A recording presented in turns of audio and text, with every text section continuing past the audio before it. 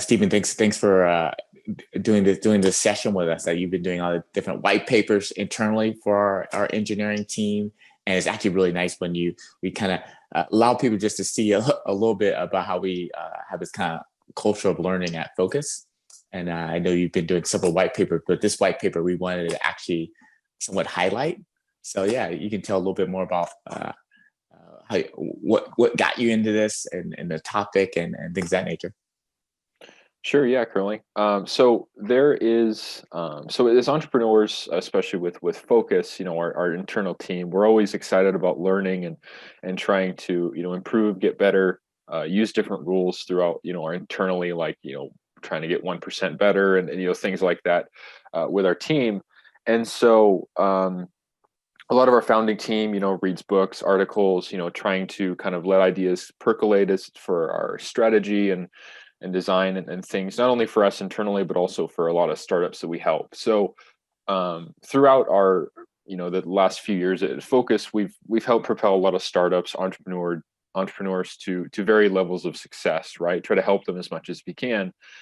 And over that time, our team has learned a lot of great things about, what drives success, what doesn't. And so internally, especially over the last probably 6 months or so, some of our team members, including myself, have written, posts, written white papers for our internal team to help pass on some of that knowledge and help each other grow and learn, right? And one of those things that happened over the past probably couple months was came about from a book called Zero to One, written by Peter Thiel. And so he is one of the co-founders of PayPal. Curling, you wanted to add a few things about that, right? Yeah, I know he spoke at USC where we did a lot of our initial research for Fokcus, and he was promoting his book. And it was really nice the fact that he did talk to some of us entrepreneurs and things of that nature. So yeah, that's the initial engagement on the book.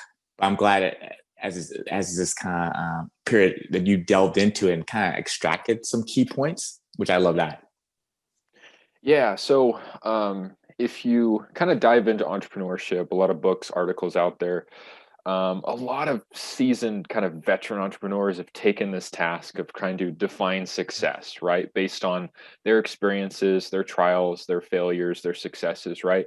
In the past, and trying to really take a step back and define these core principles. Some among these you might have heard of. We have Jeff Bezos talks about customer obsession and everything he did building Amazon. Elon Musk talks a lot about first principles and kind of his take on a lot of things. Ray Dalio, has books, talking about his principles for life and work that he's kind of summarized throughout his experiences, right? And Peter Thiel in his book Zero to One is no different, right? There's times that he kind of touches on these topics of what drives success and things like that. And so it's really interesting to hear these stories from different entrepreneurs, try to learn from them, because each attempt at defining these principles for success, if you will, in the startup space is always going to be entrenched in whoever the author's own personal knowledge, personal experiences, right? What happened in their life and central themes that exist across that realm. Now, there are central themes that exist across all of these, right? That are central to just ideas of success and failure. And so we wanted to touch on a few of those today that I hope would be we hope would be really valuable for startups out there who are able to view this video. And these are they're specific to Peter Thiel's book Zero to One, but the ideas behind them kind of cross beyond just that book and into a lot of other ideologies of different entrepreneurs. That's great. Yeah, so in some sense, you can talk about success, as the ability to, let's say, avoid or adapt to failure, especially in startups, right? Failure is going to be something you're going to have to deal with, making mistakes. And so we have ideas like fail forward that we hear all the time and being these mantras of many entrepreneurs. And so you can look at it from that perspective of okay, how do you be successful, but also what drives failure, right? And one of the biggest drivers we've seen in terms of what may drive failure in the startup space is being able to incorrectly assess unknowns, right? You just don't know what you don't know. This is one of the reasons why the avenue of mentorship and guidance is very, very useful for startups and founders.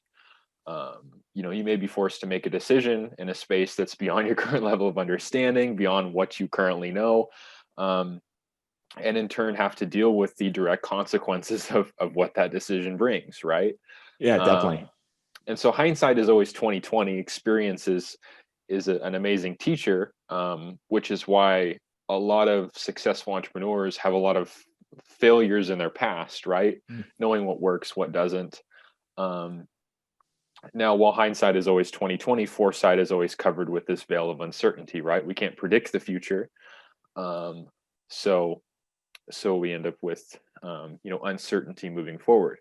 But nonetheless, there's a few questions that Peter Thiel mentions in his book that I think are really notable. That he talks about that every business over the long term must have some substantial answer to these questions to give them a better chance of success, but also mitigate the chance of failure, right? To kind of give you exposure to your own vulnerabilities is probably a good way to look at it. You have any thoughts on that, Curling? No, I think that was one thing we just learned, and you touched on it, is how mentorship is really important in that, at least to navigate, right? We have a lot of stats on bringing one good mentor into a startup increases revenue 106%, right? So this all this very positive part about having some sort of person that give you some guidance. So these books actually do give you guidance, but we actually found out that this kind of having someone who can actually be, let's say, your future self is really important. So I like how you kind of touched on that. Yeah. Yeah, and I mean, a lot of this stuff goes back to the core principles of not only, focus, what we do, but also just, what we're trying to do to help startups succeed and be more successful, right? Yeah. So w- the purpose of these videos is, of course, to go through some of these questions, give our viewers a good overview of what these questions are, kind of think about them, talk them through them a little bit, and so you can apply them to your own level of understanding, your own business, your own situation, and really think about what this means to you and your answers to these questions. So the first one is what Peter Thiel calls the engineering question. So he kind of dives into this from a couple different angles in his book, but the gist of the question is: can you create some sort of breakthrough technology as opposed to making incremental improvements? Breakthrough technology is kind of the cornerstone of a lot of great startups, great businesses, great successes. Um, so having some sort of breakthrough technology or proprietary technology is kind of a necessary good to strive for, um, to basically give yourself a competitive advantage and create a successful business long term. And one of the things Peter touches on is this idea to strive for an order of magnitude difference between you and your nearest competitor. So one of the biggest problems with startups that he's seen in his experience is that a lot of failures are derived by startups thinking they have breakthrough technology, but they end up only making incremental improvements on existing technology. Is what you offer justifiable versus a competitor, right? And to make it almost a no-brainer for your customers or target market, if you can achieve a magnitude order of magnitude difference between you and your competitor in whatever you're trying to offer, then it becomes a no-brainer for your customers or target market to choose you over a competitor, right? And it gives you that much of a difference between um, the rest of what your competitors look like in you. And a good example of this was probably a number of solar companies that came out during the clean tech bubble in the early 2000s. So we had this advent in the early 2000s where A lot of clean tech companies were trying to create, clean technology, green technology, and so you had all these startups come about. And most of their technology was, offered these lab tested, basically only incremental improvements over existing products and problems, on the notion that we need to become more green. But there was less of the fact that, was it asked, is this a justifiable difference between what we have now, right? Is this enough to justify somebody using our product? Cost and, efficiency of use and whatever their justification was. So once the one of the big problems that came about was, once a lot of these products were taken out of the lab environment, right, into the real life scenario, think solar cells, for example, or a couple of other green technologies that came about during that time, or that a lot of businesses and startups are working on, most of these products really couldn't be justified over existing competitors, Sure. because you might have a 20%, let's say, more efficiency in the lab. Well, real life might be different, and it might lower down to 10% of difference between you and your competitor in real life. And because of your cost, or what it costs for a customer to use your product versus a competitor, it may not be justifiable, right? They may say, why would I switch, right? So you had all these huge R&D budgets that were basically for naught, a great value proposition for these products just didn't exist. And so this in turn becomes a great example of why breakthrough technology is a huge driver for success in startups, right? Breakthrough technology needs to exist in order for you to offer that transparent superiority to your end user. And so that goes into your answer to the engineering question, right? Can you create breakthrough technology? What would that look like? And avoid making just incremental improvements on existing things.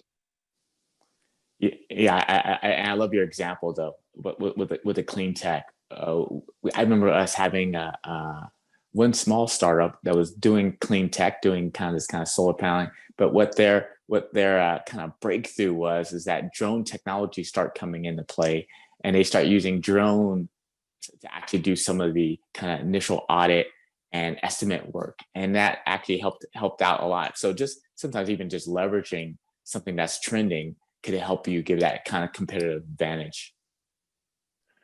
Yeah, and there's a lot of great technologies out there that you can use to essentially create a breakthrough technology, right? Machine learning is one of those big buzzwords that's been thrown around, and people trying to apply it to just about every problem under the sun. But it's produced a lot of great insight, in terms of prediction that really is able to push forward a lot of products and industries. And so there's a lot of opportunity out there for breakthrough technology, but it's a question that as a startup that you need to answer, right? What makes your technology special, or what you're offering, product, service, whatever it may be? What makes it special compared to a competitor, right? What's your value proposition to your customer or to your end user? And once you get that, then becomes this kind of product market fit, right? Where you actually are giving people things that they love. So that's great.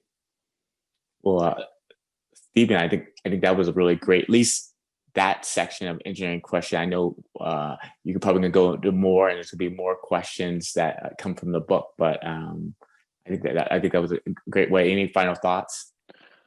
I just say final thoughts is, some of these questions you can have it like continuously. Your answer can evolve over time, right? The answer that you have might at the idea stage of your startup might not be the same answer that you have 3 years later, right? um Obviously we know the value proposition of like Tesla and what they offer today, right? Or Amazon, right? But their answer to, let's say, this breakthrough technology question for Amazon would be a lot different in 1999 than it was in 2020, right? True. Good point. Yeah, good point. Yeah. So with a lot of these questions, a lot of entrepreneurs, a good way to help you come up with, let's say, a good answer to your own question in terms of your own situation or business, maybe to look at, you know, existing businesses that has succeeded or had success or sustained success, right? Amazon, Tesla, some of these other companies that you know, we hear about all the time. And what does their answer look like for these type of questions, right? Yeah, it is. That's great. Great way to end it. I know always on tech school, Steven, you always give you have the housekeeping things. You want to add that on this one? Sure, yeah. Yeah, for anyone watching, you know, these recorded kind of brainstorming sessions, if you will. If you have a chance to give us a like, feel free to do so. If you have a chance to leave a comment, you know, if you have a question or we'd love to hear your thoughts on all this stuff. You know, we want to start this conversation, right? We want to learn from you as much as, you know, you might want to learn from us. So if you have a comment, feel free to leave it. All the likes, all the comments that we get help push these videos out to more entrepreneurs. So um, you know, the interaction that you leave, you know, whether it be a like or comment or subscription or whatever that may be, could push this video out to somebody who, you know, really would need to hear this question, or bring out, you know, some idea that would help them, you know, with their venture or their journey through entrepreneurship. So Yeah. Well, thank you, Stephen. I know we're going to kind of do this as a series, but looking forward to the next discussion. yeah, yeah, there's 7 questions, so this is number 1. We'll make other videos on the other 6. All right. Take care, Stephen. All right, take care.